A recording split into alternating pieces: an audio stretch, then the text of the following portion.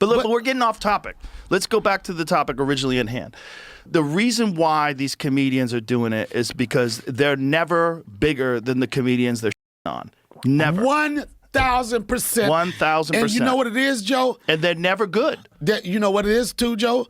Is that deep down inside, they want to be that person. 100%. And I tell you or they want to be in the position that person's in, is a better way of putting it. All right, so it looks like Marc Maron really is getting the last laugh in this 30-year-long beef he has with Joseph Rogan. Because despite retiring from podcasting over half a year ago now, Marc Maron is still somehow living in Joe Rogan's head rent-free, which you can see on Rogan's latest podcast with Donnell Rawlings, where seemingly out of nowhere, Joe has this spontaneous, copium-induced temper tantrum over his haters and Marc Maron specifically, stating that they're simply just jealous of his obscene amount of government-paid hush money that he has now, which if you didn't know by now is Joe's only defense. Like, his grotesque amount of richness is his only shield to any form of criticism nowadays. So in Joe's mind, the simple fact that he has new money now means he's immune to any criticism. Like, ever since Joe Rogan made 9 figures off his podcast, he basically thinks that he's worth over $100 million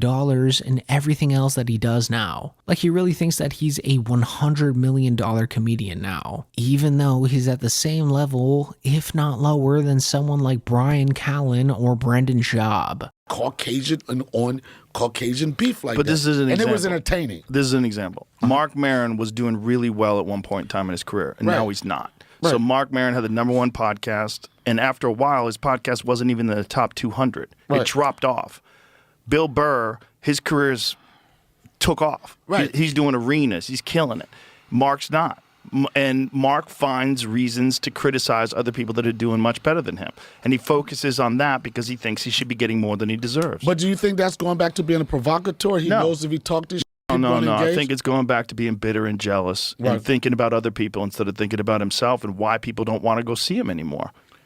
He was upset when we left the Comedy Store because we took the crowds away. And it's like, hey, you were on the fucking marquee too, man. Right. They're not coming to see you. And the reason why they're not coming to see you is because you're not doing well. And your podcast was in the top. It was #1. And when it was at #1, by the way, and this is what I always say about Marc Maron, he was great. Marc Maron was fun to hang out with when he was killing it. Right. Because he was happy. Because he was getting validation. Because he had the #1 podcast. We were friends. Like, I did his podcast. He did mine. We had a good time. I'd hug him when I see him.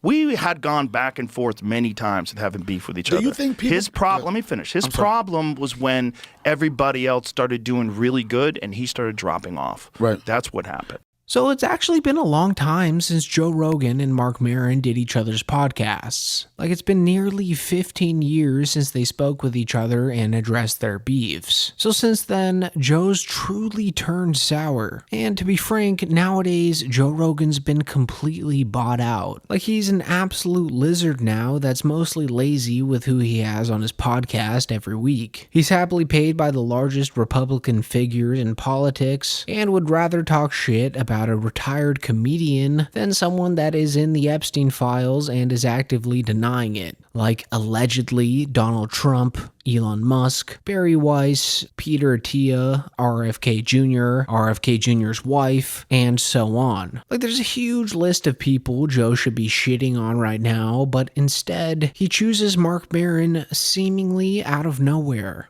Well, this is what I don't understand. Why can't people understand that you have a moment? Like I was talking... Because he's a fucking narcissist, and he wants the moment to always be around him. He wants it to always be about him. And when other people are doing better than him, he wants to talk shit about them. And that's where Bill had a problem with it. You think being a narcissist in this field is a bad thing? For some reason, I think that kind of fuels you to be the person that you are, to be determined to do it and not give a fuck about what nobody think. Well, having self-respect and having an ego where you care about what you put out, yes, that's a good thing. But making it all about you and not being able to appreciate other people's work is crazy, because other people doing well can be fuel for you to be inspired and do better yourself. And it's a positive thing. Right. And if these people are your friends and you love them and you care about them, you should be happy that they're killing it. And if you're not killing it anymore, you should try to figure out why. because it's not like the door's not open. It's not like you're not getting on stage. It's not like you're not putting out specials. You should probably figure out why your podcast dropped from number 1 to not even in the top 200 anymore without anything happening. You didn't get arrested. There was no scandal. There was nothing crazy. You should try to figure that out. And he doesn't do that because he's instead bitter and jealous. He's always been like that. So right away, you can tell that Joe's perception is pretty skewed here, as his only metric of success is based upon how much money you have. I mean, sure, Joe has a bigger podcast than Mark's by every metric right now in 2026, but that's strictly because Mark has an ounce of integrity. I mean, don't be fooled here. Marc Maron's podcast would be way bigger than Joe's right now if Mark would have sold out on the level that Rogan did back then. Like, Marc Maron was having politicians on way before Joe Rogan's podcast even became mainstream. And Marc Maron has always been a more successful comedian than Joe Rogan. Like, he was even best friends with Joe Rogan's idol, Sam Kinison, before Joe even started comedy. And if you don't know who Sam Kinison is, he was basically the first ever comic to make shouting into the microphone actually funny. And honestly, Joe Rogan's based his entire comedy career on stage off of Kinison. And we were driving out here today across the desert, and it occurred to us there wouldn't be world hunger if you people would live where the food is! You live in a desert! Understand that? You live in a fucking desert! Nothing grows out here! Nothing's gonna grow out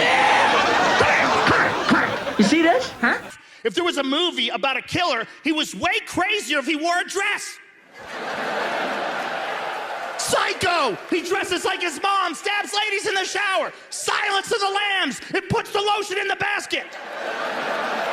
So the fact that Mark was friends with him and is now saying Joe sucks just completely tells you why Joe's super salty here. And also, Mark certainly had a larger audience that genuinely enjoyed his comedy, which you can very obviously see in the ratings of Mark's most recent comedy special from last summer, which aired on HBO and had larger ratings than anything Joe Rogan's ever put out. So Mark's more talented than Joe in comedy in every facet. But based on the fact that Joe has more money than Mark, he feels as if he's somehow superior, as if the government-paid right-wing propaganda he's pushing equates to his comedic ability.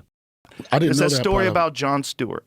And Andrew Schultz came on the podcast and told a story about Jon Stewart and Maron, where Maron confronted Jon Stewart, but Jon Stewart got some television show. He called him a fucking sellout. He yelled at him, all this different shit. Jon Stewart left the show, and they hired Maron to do the same show. Yeah. The same show that he was calling Jon Stewart for being a sellout. So for how doing. did you go from that to, okay, for you to have one of the biggest podcasts, at some point in your career, you had to be likable, or you think people just wanted to do the show There because wasn't of the very platform? many podcasts back then. Right. The thing that killed Maron's podcast, my personal opinion, no hate, is that he has this rant at the beginning of his podcast that's not entertaining. I don't think it's good. And the rant was long, and he would just ramble about himself, was very self-obsessed, and I just don't think it was good. And I think that was part of the problem. It's also the problem was how he interviewed people. He had a very confrontational interview style, specifically with some comedians that he felt like were below him or that he could pick on. You would think that that style would work in this day and age. No. People don't want always to be uncomfortable. They want to like you, man. They want you to be a good person. People want train wrecks. They want train wrecks for 15-second or 30-second Instagram clips. They don't want train wrecks to be their primary thing that they're listening to when they're in traffic on the way to work. But the people that host these podcasts now, like, I think people go on these podcasts now and like this, this is going to be clickbait. We're going to go Some of viral. them, yeah, but they're not that talented. That's why they're doing it, is because that's their only method of getting attention. If they were entertaining and interesting and fascinating, then their podcast would be about that. You know what? It's all in what you're trying to focus on. What I try to focus on my podcast is, who do I want to talk to? I never have someone on and go, oh, this would be great. It'll be very controversial. People will fucking hate them. It'll be crazy. They'll say wild shit. I never do that. My podcast is only about who do I want to talk to. That's why I have a lot of people on that aren't even remotely famous, because they're interesting. Right. I find them interesting. I find the book they wrote interesting, the documentary they made interesting. I want to know something about them. And so I really don't believe Marc quit his podcast because it was failing like Joe Rogan says, or because he was jealous of JRE. Because when you look back and actually go listen to Marc's podcast, it becomes clear that nowadays in 2026, Marc is simply just slowing things down. Because, he's 62 years old, after all. So he doesn't really feel the need to shell out for gambling corporations like Joe just to make more money. I mean, if Joe were to stop taking all the injections and enhancers that he's currently on, he might actually realize that he's nearing 60 as well. And after realizing that, he'd probably hang up the SM7B once and for all. So just like his routine on stage, Joe Rogan's around 6 to 7 years behind everything. I mean, I feel like if Joe were to say this back in 2019, it'd be more valid, as Marc Maron was hating on Joe for simpler things back in the day, like being an athletic jock that curated a boneheaded crowd for his shitty comedy. But nowadays, in 2026, the bitter, jealous angle that Joe Rogan's trying to push here just shows how out of touch Joseph truly is. Like, Marc's angle on Joe has completely shifted since 2019. And honestly, nowadays, what Marc has to say about Joe pretty much echoes everything that his audience hates about him now, since it seems that Joe's repeating the same talking points from Trump's admin, just like Alex Jones is right now. So I'm saying we're in a maximum danger right now We are. because Trump just dropped the f***ing hammer, man. The nuke. He just dropped the f***ing nuke. Yeah. So where do we go from here? Because That should be the headline. Trump just dropped the f***ing nuke on the deep state. Trump just took the gloves off. Trump just f***ing manned up. Trump just leveled up. And people don't get how huge this is. This is mega mother. Okay, that's as much. Yeah. This is mega mother. show, bro. Well, I don't normally do this, No, but I you're mean, fine. this is.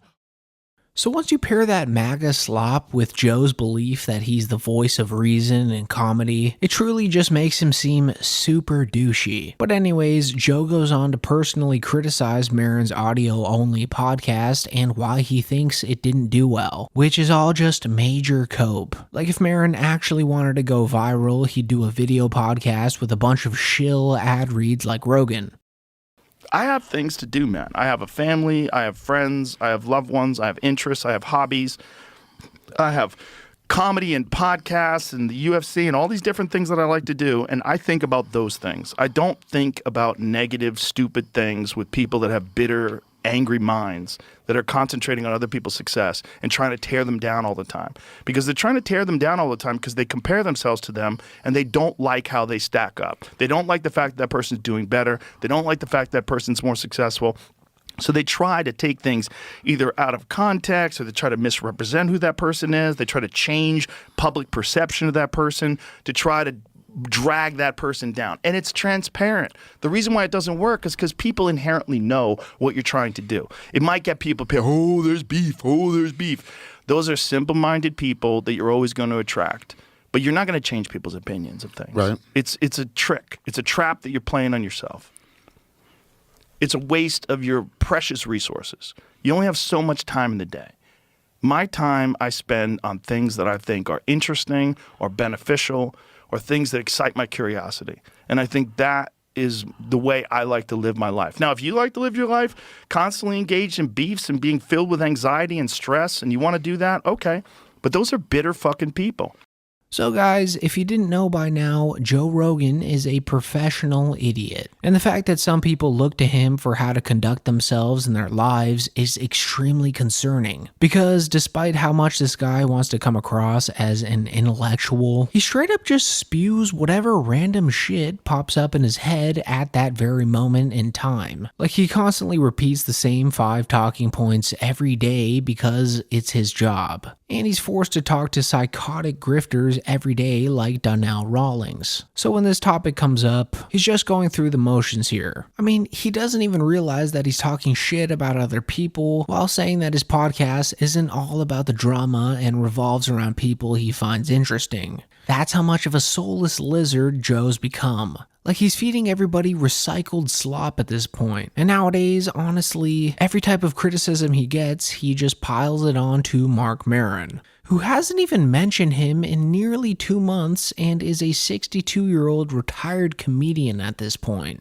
So just straight up here, Joe Rogan is completely stuck in the past. And if his comedy routine wasn't guarded by a handful of ex-Navy SEAL guys, you would definitely see him joking about trans people wearing masks and harping on people about their preferred pronouns. Like he's completely stuck in 2021, and it's pathetic. And if he were at least knowledgeable of what Maron's recent callouts of him were, he would know that this whole narrative of his belongs in the dumpster. Because, just in case you've forgotten by now, Maron's been calling out Rogan, Tony Hinchcliffe, Ari Maddie, and all of these Austin asshats for stooping way lower than anyone should be at their level. I'm a comedian. So when I said what I said about the comics in terms of what was happening in Austin and around that sphere of comics and that audience, was just to really make a point because of their cultural momentum and their presence,